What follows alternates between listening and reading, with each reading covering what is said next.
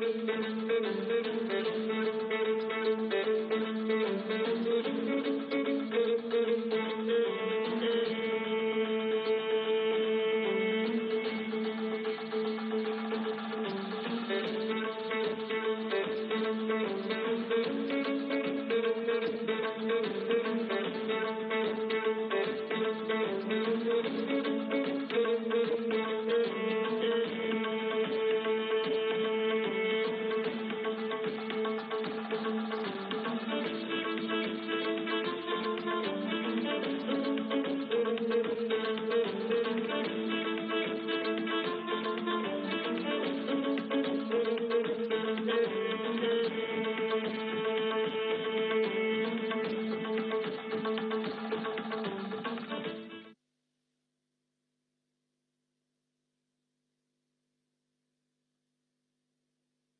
evening, ladies and gentlemen. Jai Hind.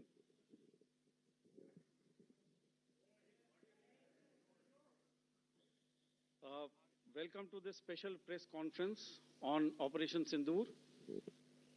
We will begin with opening statements by the three senior officers to my right here, who have been directly overseeing operations during Operation Sindoor. We have Lieutenant General Rajiv Ghai, Director General Military Operations, who will cover the aspects related to land domain. Air Marshal A.K. Bharti, to his right, Director General Air Operations, will provide insights on the air domain. And to my right is Vice Admiral A.N. Pramod, Director General Naval Operations, who will cover aspects on maritime domain. Following their briefings, we will move on to the question-answer session. I now request the DGMO to commence the opening brief. Thank you, Sandeep. A very good evening to all of you, ladies and gentlemen.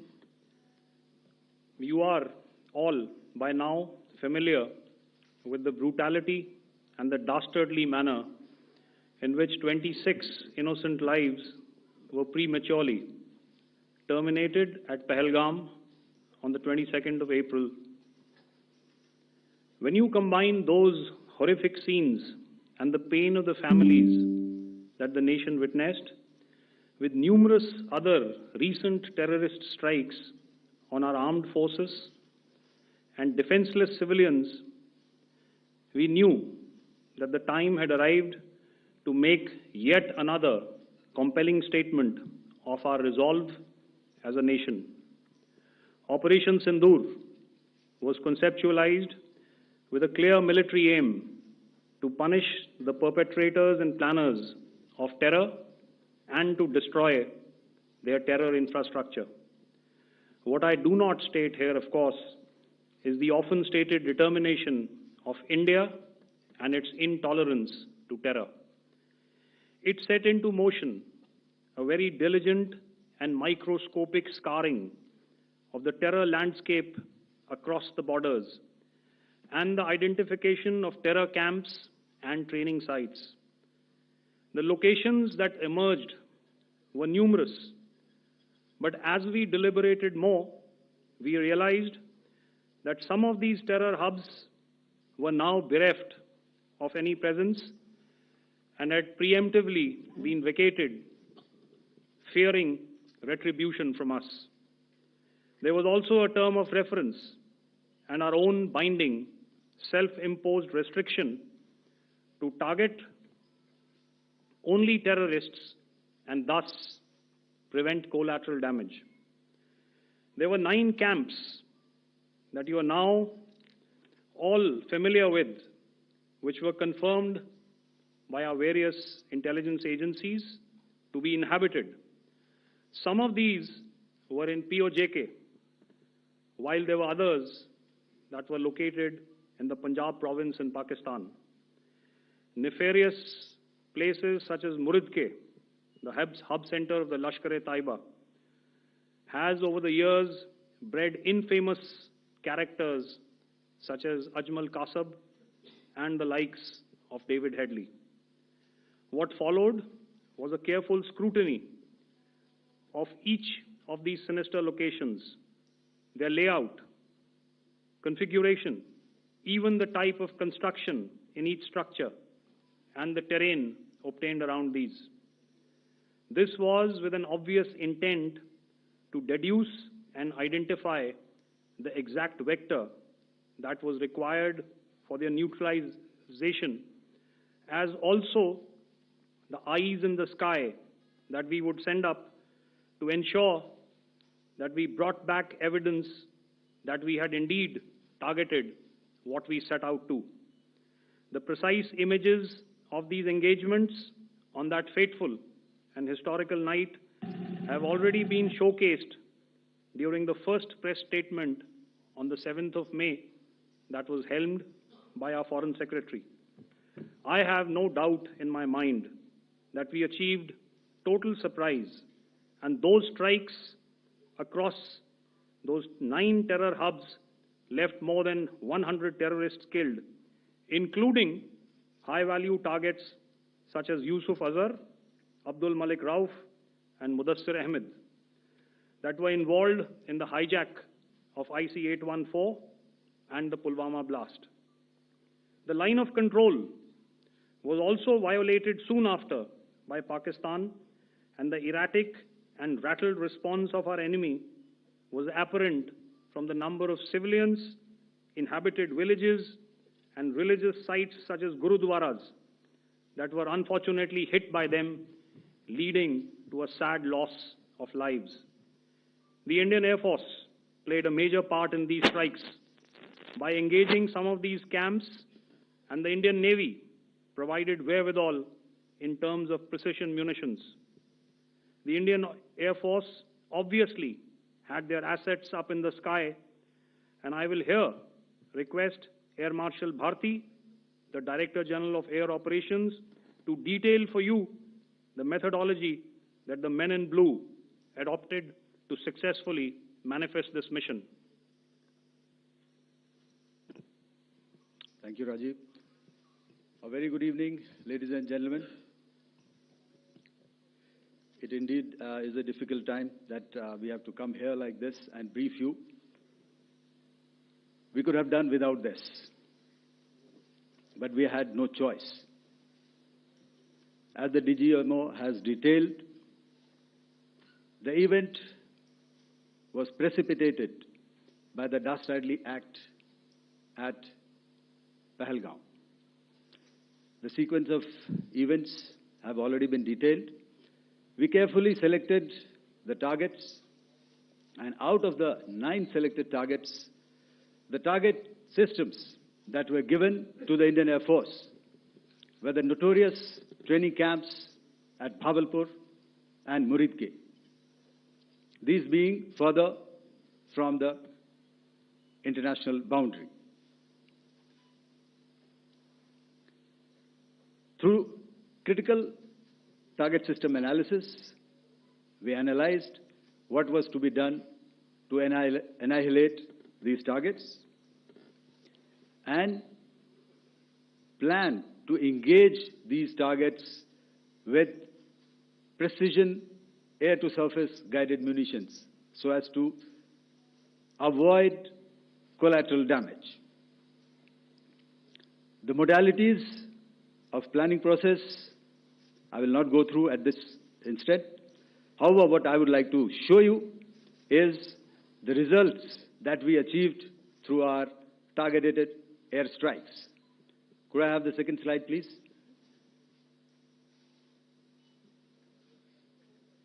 Yeah, change, please.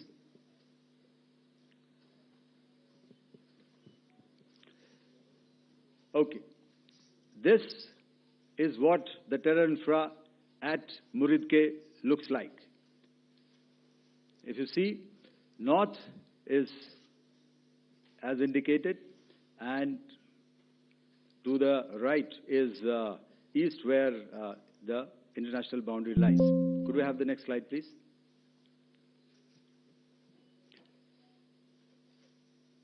Orientating. Just go back to one slide. Okay. Please have a look at this red building, the series of buildings out here, and this empty ground. Next. If you relate, the empty ground is here, and you see this is the first weapon that is impacting. This is the impact point number 1 on Muridke training camp with our precision guided weapons on early morning 7th. Next, please. Keep your eyes glued for the second weapon coming in and the second impact on the selected target point. Next slide, please.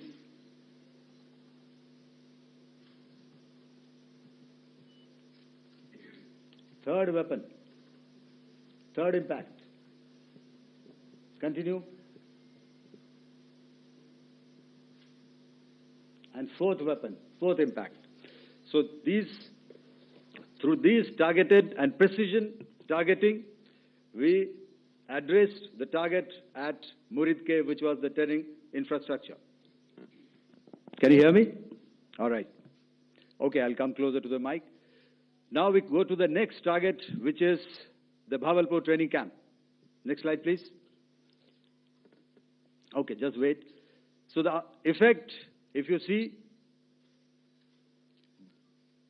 the impact point, if I can point out, this is the impact point. The ammunition has gone through the roof and it has created a blast inside, the photographs of which you would have, all of you would have seen. And the red building, after that, there was this double-story building. It has been completely decimated by precision targeting. Next, please. The target system, which was in the north, a series of buildings. I'll show you how it looked. Next. Completely destroyed by our precision targeting. Next.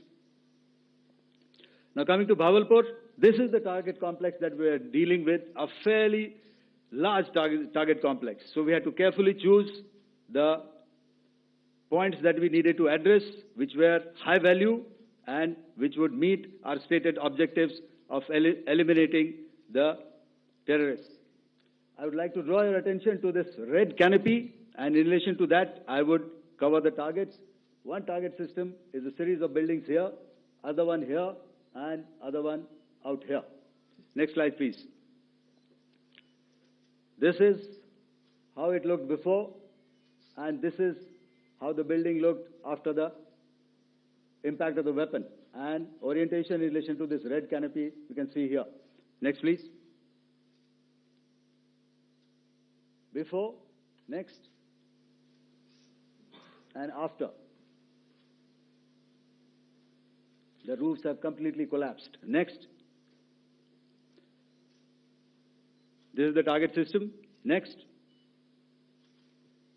Precision targeting, and we have achieved our objectives here. Next. All right. So that was what we did on the 7th. Our objective was to address these two terrorist camps, and that we did with precision. And thereafter, we maintained a robust air defense posture, because remember, our objective was to target the terrorists and terrorist infrastructure, not any other infrastructure, not the Pakistani military, not the Pakistani any other infrastructure. So that is what we have maintained on the 7th of May.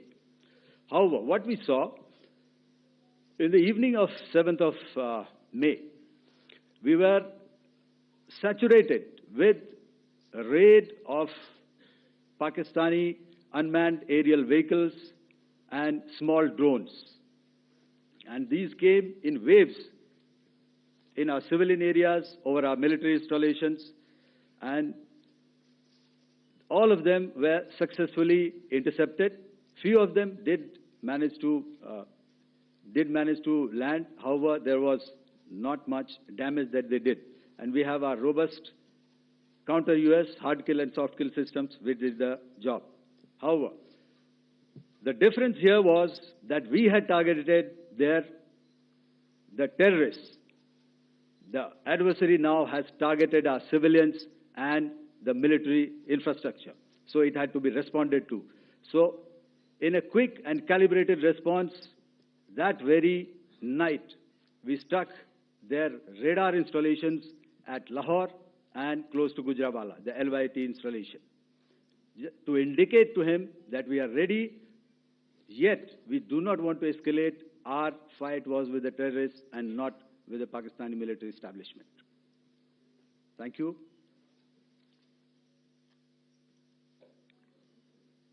Thank you, Air Marshal Bharti. So, ladies and gentlemen, he's outlined operations not only on the night of 6th and 7th of May, when Operation Sindoor commenced, but also on the subsequent night. Being well aware and familiar with the congenital and impulsive nature of our adversary, and even though we did attempt to reach out and communicate our compulsions to strike at the heart of terror to my counterpart in the immediate wake of Operation Sindoor, the request was brusquely turned down, with an intimation that a severe response was inevitable and in the offing. We were, of course, prepared. Operations on the 7th and the 8th, Air Marshal Bharti spoken about. On the night of 8th and 9th of May, they flew drones and aircrafts into our airspace all across the borders and made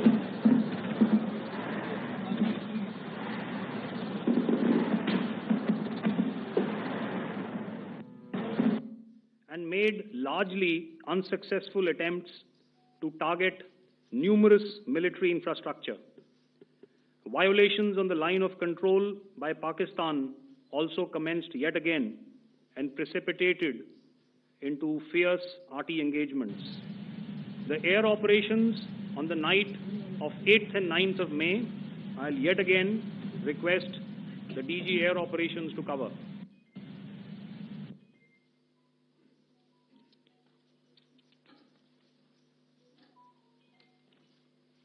So I just covered what happened on the night of 7th and 8th.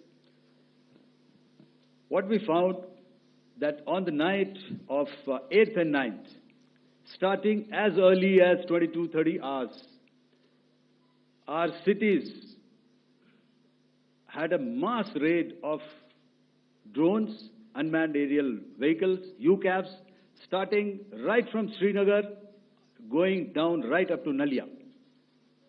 It was a mass raid in waves, and it was relentless. However, we were prepared, and our air defense preparedness ensured that there is no damage on ground or to any of the intended targets that the enemy might have planned for. The difference between 7th night and 8th night was that on 7th night, he sent in his Jihad class of UAVs, however, these UAVs can go some distance, they are armed.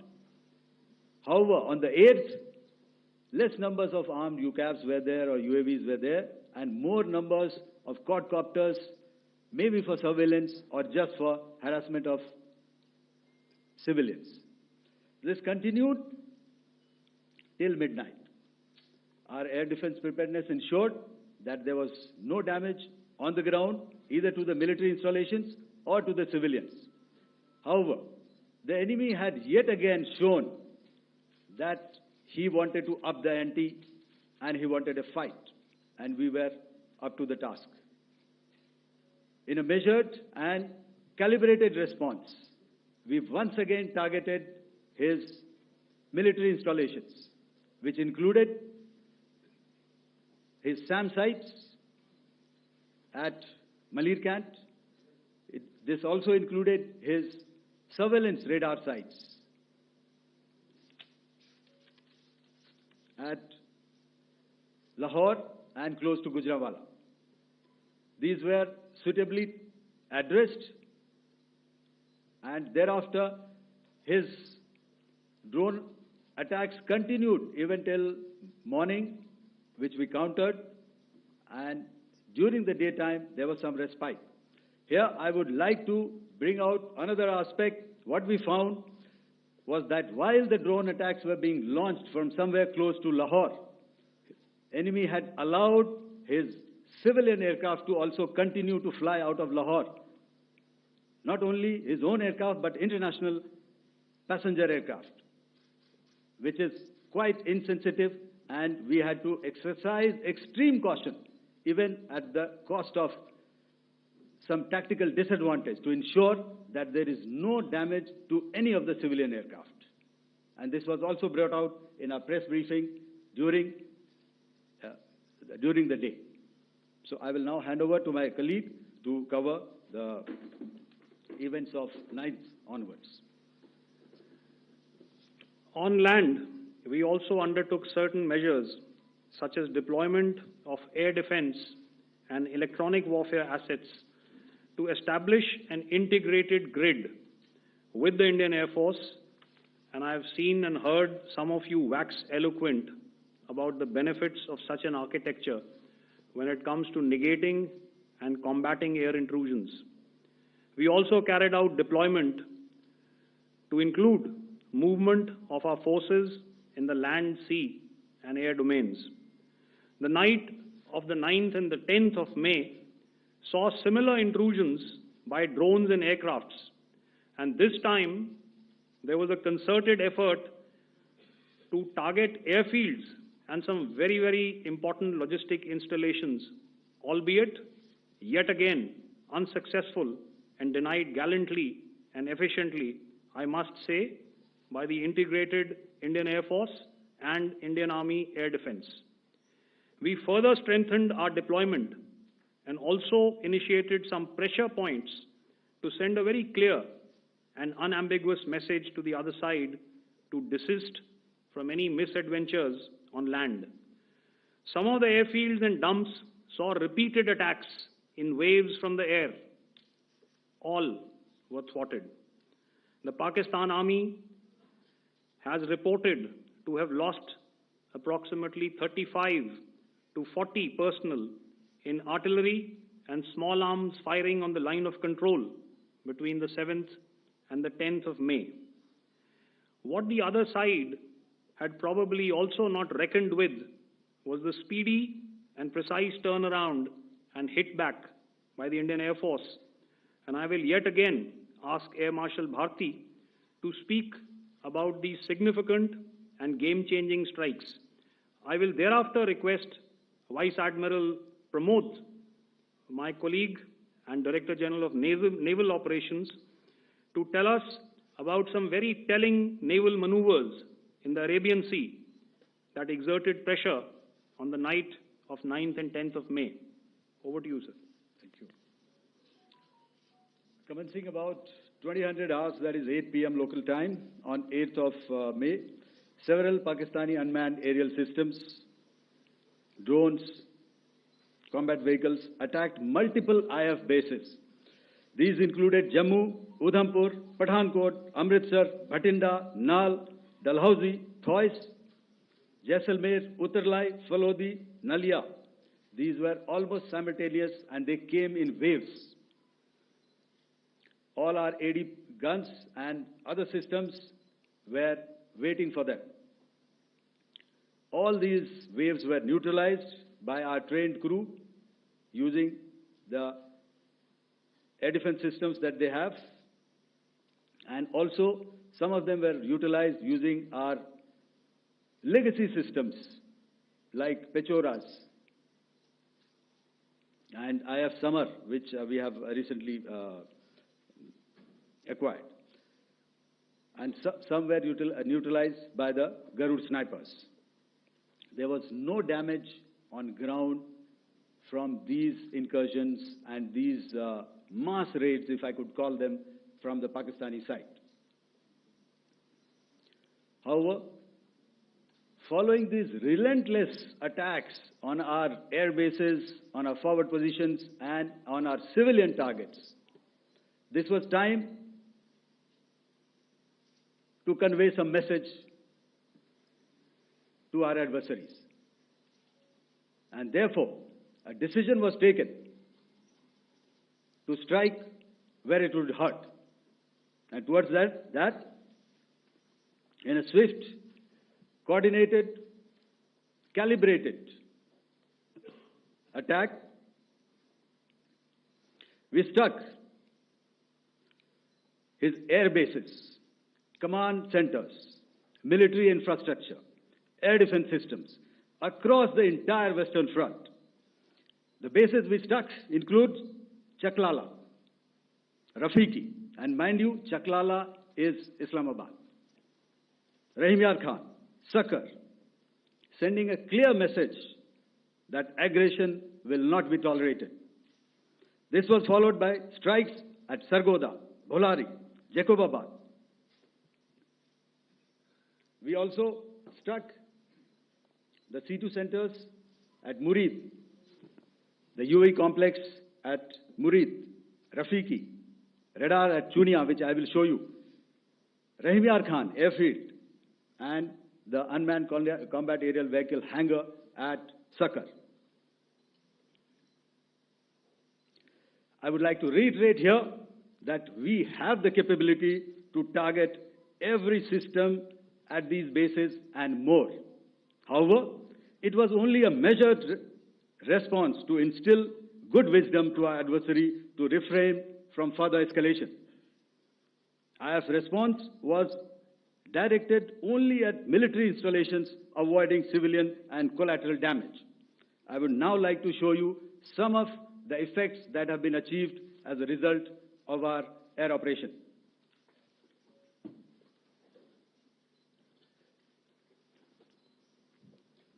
Here is the Pasrur air defense system, if you could see. Zoomed up view. This is the radar mounted on a high tower. And after the strike,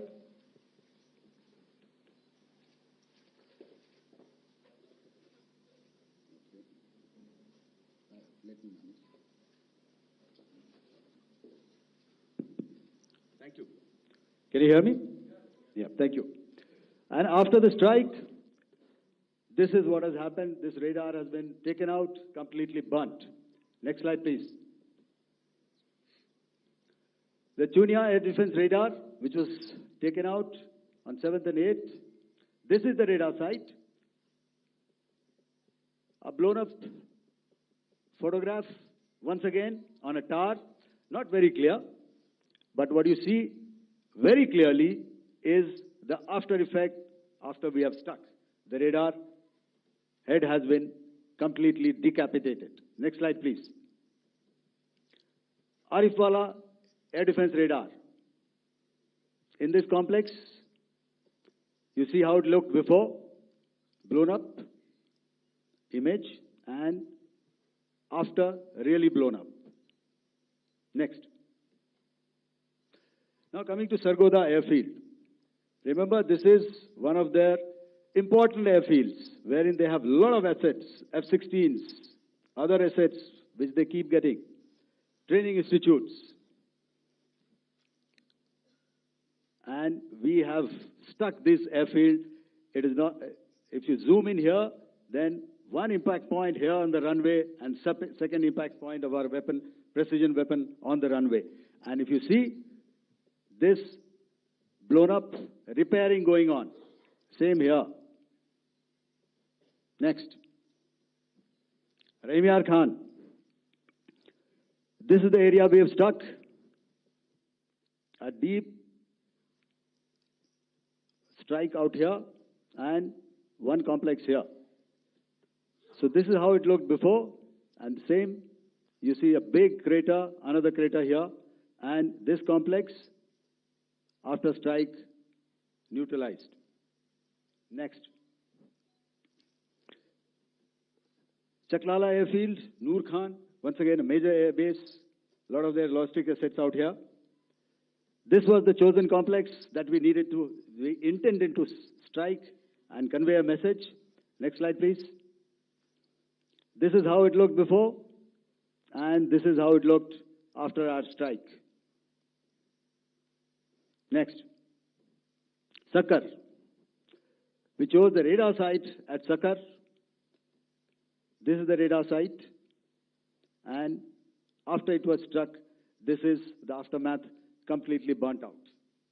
Next, please. Aircraft shelter. This is how it looked before the strike, and this is how it looked after the strike. The roof of the buildings completely caved in and burnt. Next. Bolari Airfield. Aircraft hangar. This is how it looked before, and this is how it looked after the precision strike. Next. Jacobabad. Aircraft hangar. And this is how it looked after. Next. So what I'm trying to convey here, ladies and gentlemen, is to start with, our fight was neither with the Pakistani military nor with anybody else who's there on the other side. Our fight was with the terrorists. We neutralized the terrorists that we selected to be neutralized, and thereafter we only maintained the air defense posture. However, we were relentlessly pounded by waves after waves, night after night, by his UCAVs, by his drones, and by his other unmanned aerial systems. And that left us with no choice but to retaliate, and yet our retaliation was calibrated, it was graduated, and it was proportionate. Thank you.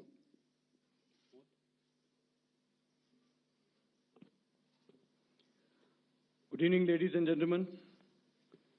In the aftermath of the cowardly attacks on innocent tourists at Pahalgam in Jammu and Kashmir by Pakistani-sponsored terrorists on 22nd April, the Indian Navy's Carrier Battle Group, surface forces, submarines, and aviation assets were immediately deployed at sea with full combat readiness in concert with the Joint Operation Plan of the Indian Defence Forces. You may be aware that we tested and refined tactics and procedures at sea during multiple weapon firings in the Arabian Sea within 96 hours of the terrorist attack. The aim was to revalidate our crew, armament, equipment, and platform readiness to deliver various ordnance on selected targets precisely.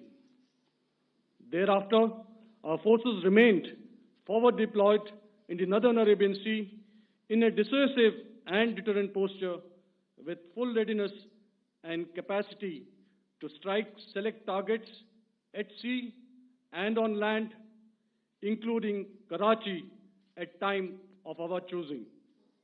The forward deployment of the Indian Navy compelled Pakistani naval and air units to be in a defensive posture, mostly inside harbors or very close to the coast, which we monitored continuously.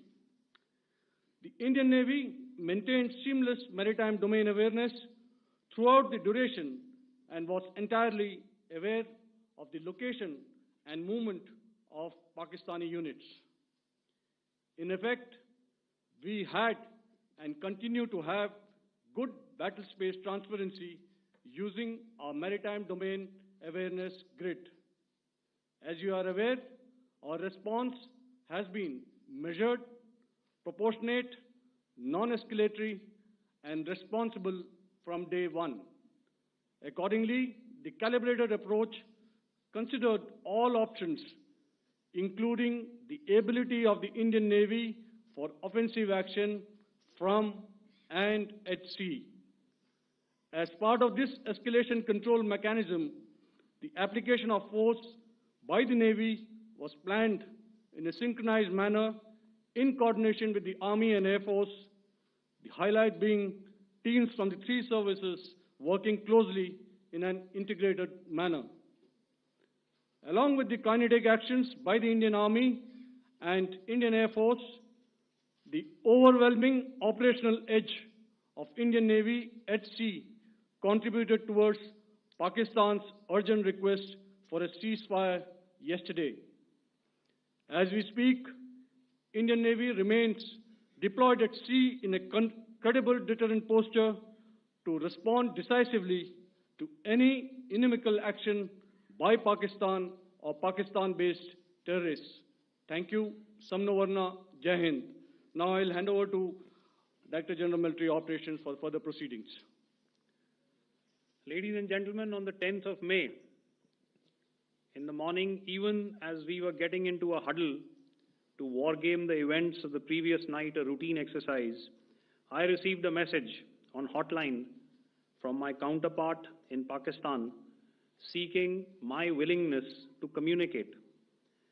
Since our initial aim was to strike at terror camps, and all our actions in the subsequent days were in response to the intrusions and violations by the Pakistan Air Force and its army, it was decided that I would indeed speak with my counterpart. You are already aware, I've seen it being covered on national television, that my communication with the Pak DGMO was conducted at 15:35 hours yesterday and resulted in cessation of cross-border firing and air intrusions by either side with effect from 1700 hours, 10th of May, after he proposed that we cease hostilities. We also decided to further speak on the 12th of May, that's tomorrow, at 1200 hours, to discuss the modalities that would enable the longevity of this understanding. However, disappointingly, and must I add, expectedly, it took only a couple of hours for the Pakistan Army to violate these arrangements by cross-border and across the line of control firing, followed by drone intrusions across the expanse of the Western Front through last night and in the early hours of the morning today. These violations were responded to robustly and dealt with as they must be.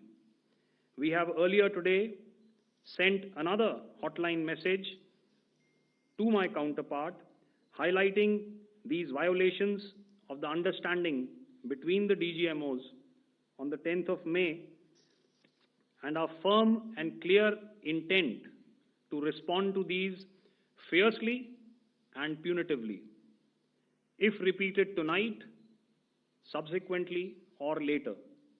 In this regard, I must inform all of you that the Chief of Army Staff has earlier today conducted a security review and has granted full authority to our Army commanders for counter-actions in the kinetic domain in case of any violation by Pakistan. In the end, I pay my solemn homage to my 5 fallen colleagues and brothers from the armed forces and civilians who have tragically lost their lives in Operation Sindoor.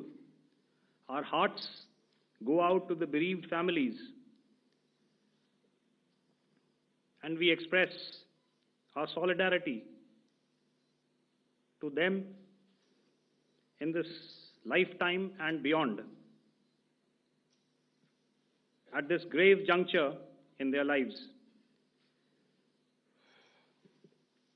Their sacrifices shall always be remembered and spoken of in glowing terms by a grateful nation. We have thus far, ladies and gentlemen, exercised, and my colleague Pramod highlighted this, immense restraint, and our actions have been focused, measured, and non-escalatory. However, any threat to the sovereignty, territorial integrity, and safety of our citizens will be met with decisive force. Jai Hind. Okay, ladies and gentlemen, we are now open for questions. All right, now, since I would not know all of you, I would expect you to please raise the placard or your hand, and once I indicate, I expect you to please give out your name and the media group that you belong to. Keep your questions short so that we can take as many questions as possible. Also, ladies and gentlemen, kindly bear in mind that confidential aspects may not be answered by the three DGMOs. Right. I've got a lot of hands there. Let me start from the left. Left foot always in front when we start marching. So here we have to the left, okay. Yeah, 238. Hello. So this is Manas Pratimugyan from PTI, Press Trust of India. So the understanding that was reached yesterday on stopping the military operations and actions, was it for just 3 days? And what would be the cost escalation if there is violation of this understanding by the Pakistani side?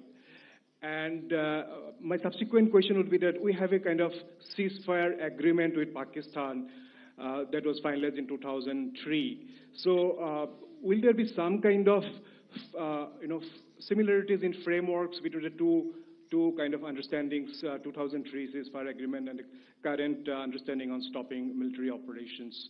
And again, what would the cost that will be incurring on Pakistan if Pakistan again resorts to this kind of terrorist activities, because we have made it very clear that the cost will be very high. So I would like to have your thoughts on it. Okay, so I'll answer the latter part of the question first. I also want to add that while the initial ceasefire agreement, as you correctly pointed out, is of the 2003 vintage, but I must remind you that in 2021, in the month of February, and this was then when the crisis in eastern Ladakh was also on, the two DGMOs had spoken and arrived at a ceasefire understanding that lasted right up until this unfortunate attack at Pahalgam. Once our Foreign Secretary had announced the decisions of the CCS in the immediate wake of that attack, he had announced certain measures, and then of course Pakistan had in turn made its own announcements. Since then, there have been certain violations of this ceasefire understanding, and of course after the 7th of May, like I pointed out during my statement, that there have been numerous violations on the line of control especially, and of course along the international boundary by the Pakistan Army and the Pakistan Air Force. This understanding that we spoke about yesterday, no, it was not for 3 days. It was first to stop aggressive and hostile activities immediately, let that order and direction settle down for about 36 hours, and thereafter discuss modalities, like I said, to ensure its longevity. That is tomorrow, on the 12th of May. But unfortunately, we had a violation starting at approximately 1900 hours last night.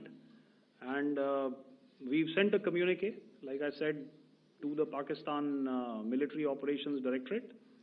And we will await as to what happens tonight. All right. The cost escalation, I'll leave it to your best imagination. I've already said that the response will be fierce and punitive. Now, the right foot forward. Yeah. 160.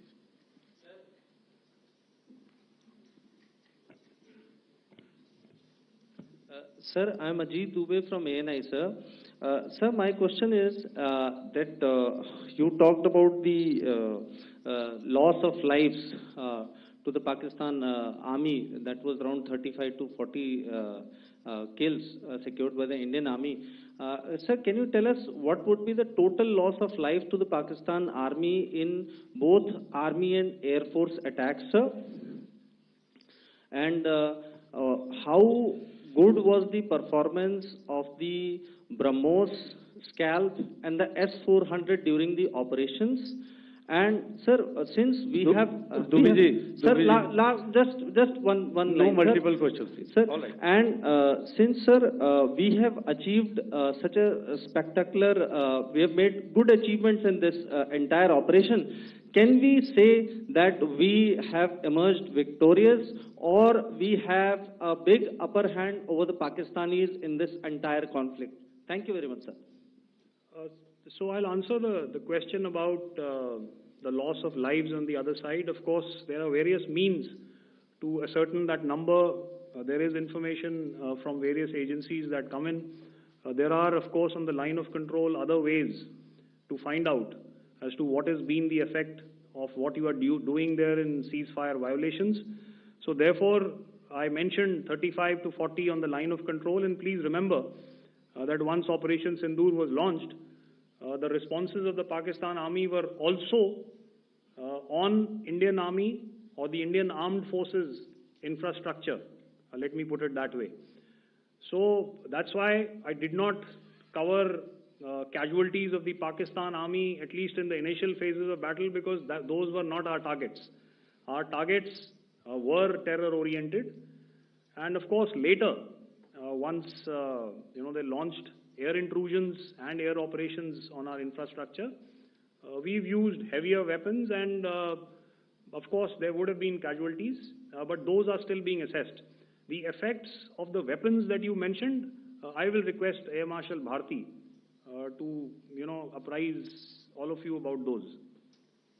Good evening, Mr. Sujit. How are you? Ajit. Okay, we're meeting after some time. I never mentioned about any of the weapons that we used. Check. Okay.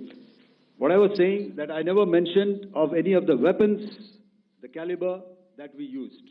All right. So we'll leave it at that. Those are matters of operational details which I would not like to go into. But suffice to say that whatever methods and whatever means we have chosen, it had the desired effects on the enemy targets. How many casualties? How many injuries? Well, to start with, our aim was not to inflict casualties, but in case there have been, it is for them to count. Our job is to hit the target, not to count the body bags. And the last part of your question, I wonder if you read out the tweet on ADG-PI at midnight once we'd done what we had to in Operation Sindoor. And that's credit to my friend here on the left. Justice has been served, Ajit. That is all that I will say. Ajit, I'll request you to, refrain putting words into his mouth. All right. Yeah, I'll come back to the left. 147. Sorry, 47. No, one word. 47. Did I see it here or? Yeah. Good evening, gentlemen. Sorry, 147. I saw it there. Sorry. Yeah. Since I've already said 147. Start, please. Hi, sir. Good evening. This is Shivam Patel from Reuters News Agency. Thank you for giving me the opportunity. My question, sir, is how many military targets did Indian Armed Forces strike in Pakistan in response to the attacks from Pakistan? How were these targets selected? And how many troop casualties have been there in total on both sides, if you can give details? Thank you. I'm sorry, where are you? I haven't spotted his. He's to the right. Okay. Can you just repeat that for me, please? Sure, sir.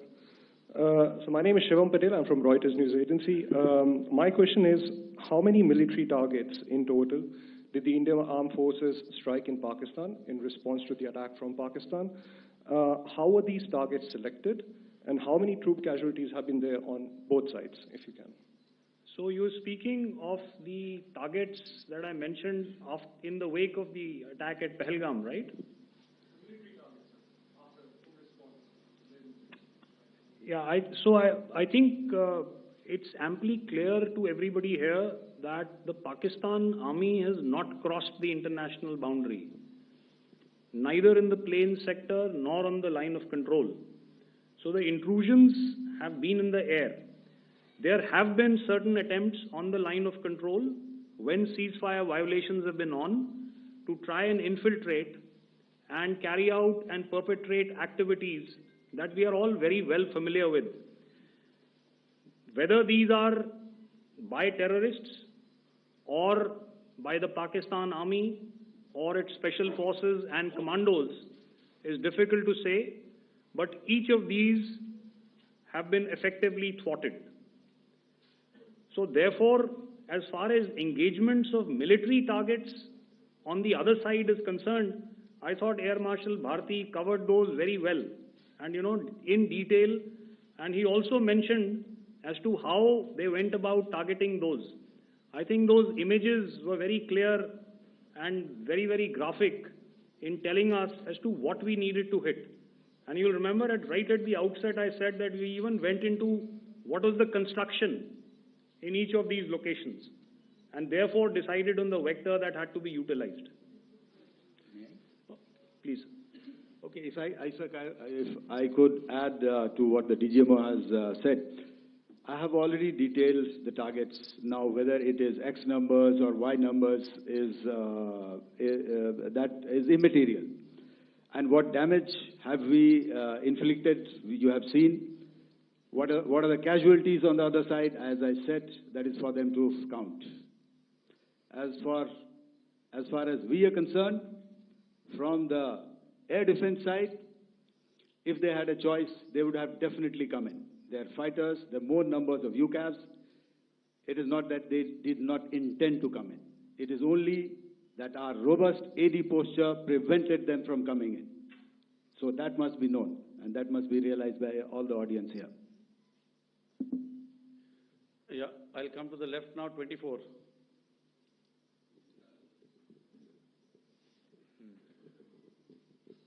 Good evening, sir. This is Anvesh Rath from Z.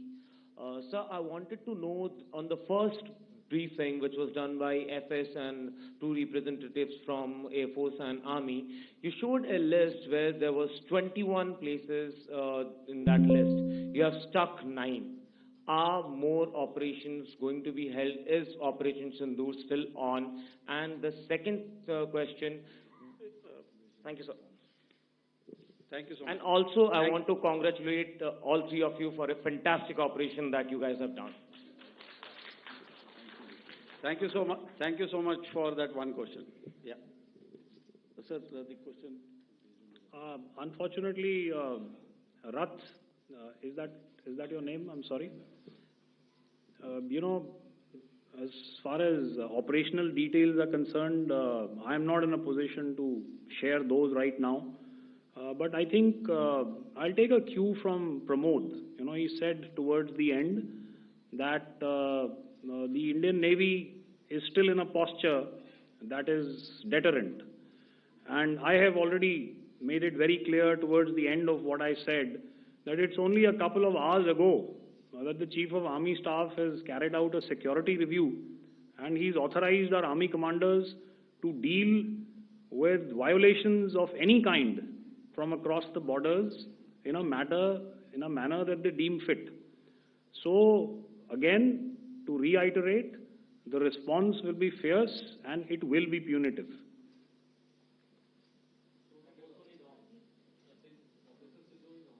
Yes. 163. I'll go back this side now. Yeah, 255. She said middle wale kya karenge, so 255. Oh, sorry. Good evening, sir. Yeah, I'm Shailesh from National Defense. Please allow me, first of all, to pay my gratitude for protecting us Indians. Thank you very much. Sir, since the enemy has been talking about taking down our aerial platforms, it would be deemed fit in case we can reveal that we have taken down their fighter jets. What could be the number? Though you said that there may be not good to reveal the platforms, but since this has come from various quarters in Pakistan, so I believe that we need to answer, in case if you can, sir, if you may allow. The question is for me? Yes, sir. Okay, and if I get it right, you want to know how many of their planes we have downed? Yes, sir. Yes, sir. All right. See, as I said, their planes were prevented from coming inside our border. All right. So we do not have the wreckage with us, but definitely we have downed a few planes. Numbers, we would not like to hazard a guess out here. Okay. I have the numbers, okay, and we are getting into the technical details of it to establish it. So I would not like to put a figure at this time, but definitely there are losses from their side which we have inflicted. Were they, please don't ask. were they fourth generation plus, sir? No, See, sir, you're putting words into my mouth. Why do you say fourth generation? Let us make it high tech. Thank you so much, sir. all right. Yeah, 163.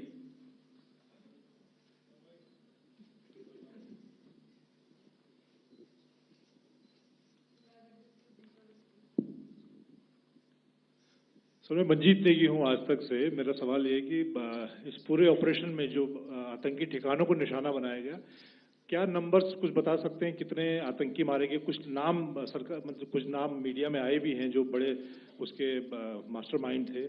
और एक सवाल जो आज air force ने भी एक tweet किया कि ऑपरेशन सिंदूर अभी जारी है और सरकार की तरफ से भी कहा गया। और पिछली बार जब विदेश मंत्रालय की प्रेस कॉन्फ्रेंस पहली हुई थी उसमें वो लिस्ट दिखाई गई थी कि 21 टेरर कैंप आइडेंटिफाई किए गए हैं। तो क्या जो बाकी बचे हुए टेरर कैंप हैं उन पर भी कार्रवाई होगी? और एक नंबर अगर आप बता पाएं कितने टेररिस्ट मारे गए? Sir, before you answer, sir, before you. Manjeet ji, 3 questions. The third one has just been asked here before. So 21, this thing. So I'll request the first to be answered so that we have more number of people who can ask. Manjeet, जब मैंने statement दिया तो मैंने शुरू में ही कहा कि जैसे ही ऑपरेशन सिंदूर कॉन्सेप्चुअलाइज हुआ तो हमारा जो पीछे की कार्रवाई होती है स्पेड वर्क और टारगेट्स को आइडेंटिफाई और एनालाइज करने की कार्रवाई शुरू हो गई थी। मैंने जब स्टेटमेंट दिया तो मैंने बताया कि बहुत सारे थे, हमने 21 दिखाए होंगे और भी हैं, लेकिन वो लिस्ट फिल्टर करते करते 21 तक पहुंची। अब क्या आगे एंगेज किए जाएंगे? अगर जरूरत पड़ेगी तो जरूर एंगेज किए जाएंगे, लेकिन मैंने बताया कि इस समय जो इंट एजेंसीज ने हमें बताया कि फलाने कैंप में प्रेजेंस है, हमने उनको एंगेज किया। कुछ नाम मैंने लिए, कुछ नाम अभी पुख्ता किए जा रहे हैं। मैंने आपको बताया कि जो इंट एजेंसीज ने अभी तक असेसमेंट किया है उसमें उन्होंने कहा है कि तकरीबन 100 से ज़्यादा मारे गए हैं। और एक आज आपने तस्वीर भी देखी कि काफ़ी प्रोमिनेंट जो फ्यूनरल था, काफ़ी प्रोमिनेंट एक जो हस्ती हैं वो ऑर्गेनाइज कर रहे थे और उस फ्यूनरल में और कौन कौन लोग अटेंड कर रहे थे वो तो आपने देखा ही। तो आप लोग सब समझदार हैं और मुझे ये कहने की ज़रूरत नहीं है कि इन लोगों को कहाँ से सपोर्ट मिल रहा है। अगर नहीं मिल रहा होता तो ऑपरेशन सिंदूर नहीं होता, तो उसी की वजह से है ये ऑपरेशन। तो मेरे ख्याल से मैंने आपके सारे सवालों का जवाब दे दिया है। Ma'am. Sir, next is from 17. Sir मेरा नाम अंजू निर्वाण है, TV9 भारतवर्ष से। सर मेरा सवाल ये है कि ऑपरेशन सिंदूर में हमारी जो इंडियन नेवी है उसके बारे में सर थोड़ा सा बताएं कि किस तरह की उसकी भूमिका रही, क्योंकि हमने इस दौरान सर देखा कि बहुत सारी स्पेकुलेशन भी रही और ये बोला गया कि कराची तक हमारी नेवी ने ऑपरेशन किया है। तो सर इस पे थोड़ी सी क्लैरिटी चाहिए। और सर हमने कौन कौन से फाइटर एयरक्राफ्ट डाउन किए हैं, अगर उसका भी थोड़ा सा क्लैरिटी मिल जाए तो अच्छा रहेगा। तो मैं आपका पहले सवाल का जवाब दूंगा। I will make few sentences and leave it for your imagination. First of all, as I mentioned, we have quantitative and qualitative edge to deliver a massive blow to our adversary, and we completely dominate in the maritime front. Indian Navy's action is part of the escalation ladder mechanism which we have worked out amongst three services. This time, if Pakistan dare take any action, and Pakistan knows it, what we are going to do. That's all. Okay. आपके सवाल का जवाब मैं पहले दे चुका हूं। आपके सवाल का जवाब मैं पहले दे चुका हूं, इसलिए मैं बस उस तक ही सीमित रखूंगा और इतना कहना चाहूंगा कि आने वाले दिनों में आपको खुद ही पता चल जाएगा और ऐसी बातें छुपी नहीं रहती हैं, तो पता चल जाएगा. So at this time we'll just let it be. Okay, ladies and gentlemen, we have one or two more questions, sir. So please, they are going to be outside. You can speak to them there also. 104.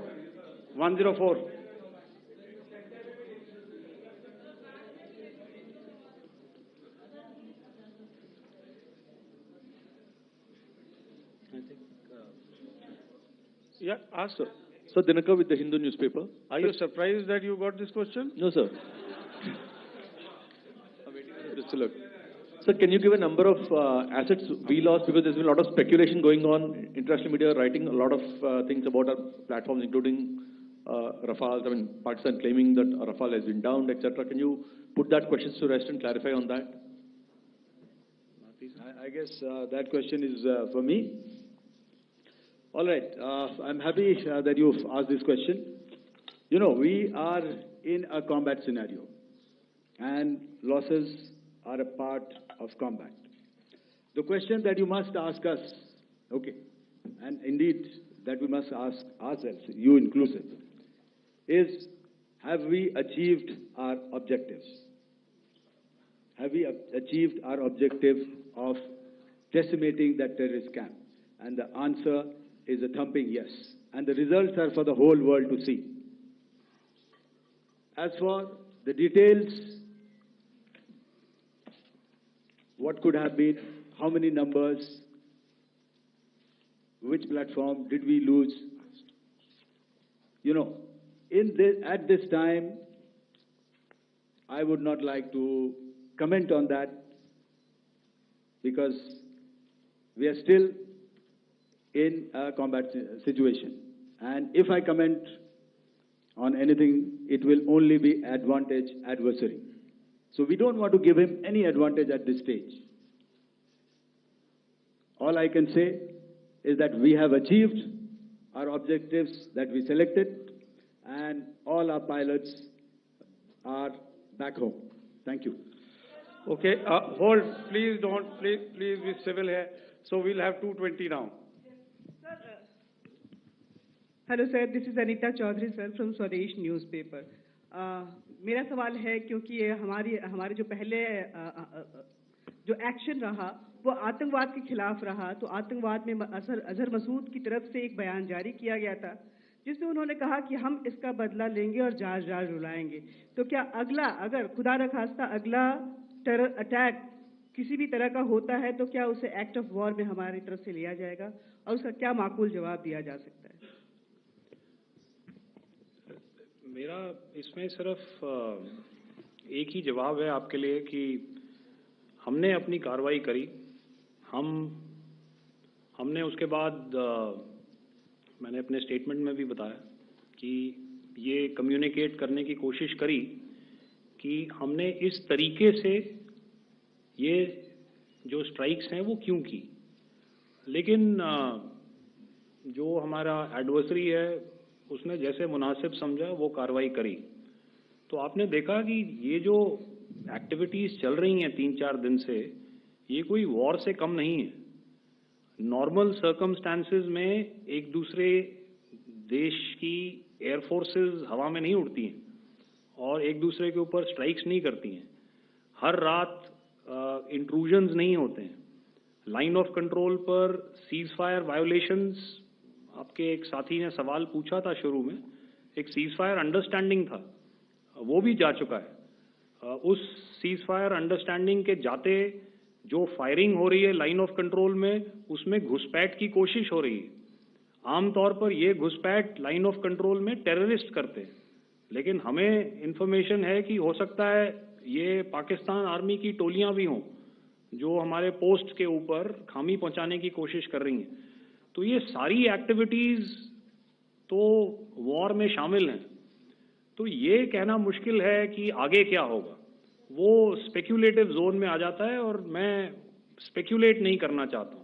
हर एक situation अलग होती है और उससे एक तरीके से deal किया जाता है। सर मैं एक सवाल इसका मैं जवाब देना चाहता हूँ, एक मिनट। सो जो मिलिट्री होता है, our main job is to prevent war and maintain peace and stability. So it is not that our response is a graded response. That means अगर किसी ने किया तो उसको graded उसमें किया, जैसे terrorist action हुआ तो what we did is the terrorist action and we destroyed all the terrorist camps. उसके बाद आपने देखा कि उनने थोड़ा सा कोशिश किया तो हमारे एयरफोर्स और आर्मी ने क्या किया, तो मिलिट्री टारगेट्स हैं उनके ऊपर थोड़ा. So our aim is to maintain peace and tell our adversary that you do this and the response will be bloody. Okay. Now, as per the, please, we'll have 166 and 25, and after that, no more, please. Sir, this side. Ladies and gentlemen, please maintain. Sir, I this request side, you to please be quiet. Jal Ghai? No. This side, sir. We have only two questions left. 166. Yeah, please ask. So I'm Rahul Singh from Hindustan Times, sir. So you were totally on top of the game in the kind of losses you've inflicted on the enemy. I mean, we saw the slides and everything. So it kind of comes across that you were batting it 99 and you decided to declare your innings. What are your thoughts on that, sir? And do you think, are you weighing the option of the Pakistan army using this time, buying this time of the so-called ceasefire or the understanding? And you talked about how they could not be trusted. So buying time to kind of build up their war reserves, getting stuff from their friends like Turkey or China, are we considering that possibility, sir? Look, see, the call came from the Pakistani side to speak about cessation of hostilities. What pauses mean during such conflicts is known to everybody. You know, I don't want to go into the pros and cons of how preparation for war is made. You know, that is a process in itself. But I think my senior colleague here, the DG Air Operations, spoke, or he alluded at least, you know, to what this operation was precisely and specifically meant for. And I think that's something that we achieved, you know, right at the outset. Had we had the option not to go further, we probably wouldn't have. But we've been compelled to be in this situation. And as you've seen, the armed forces of India, and you know, you've got the three Director Generals sitting here, we are always prepared to face any eventuality. And like I said, that's for the sovereignty, the territorial integrity, and the safety of our citizens. So whatever has to be done will be done. You know, I'm not so concerned about what Pakistan will do in this time. I'm only concerned about what we will do. We have a roadmap and a plan, and we will follow it diligently, and we will follow it to the T. You know, that's the contention that I want to make here today. Ma'am, please. Okay, the last question, and ma'am, 25, she's been asking since the first one. Sir, I'm Nandita. Sir.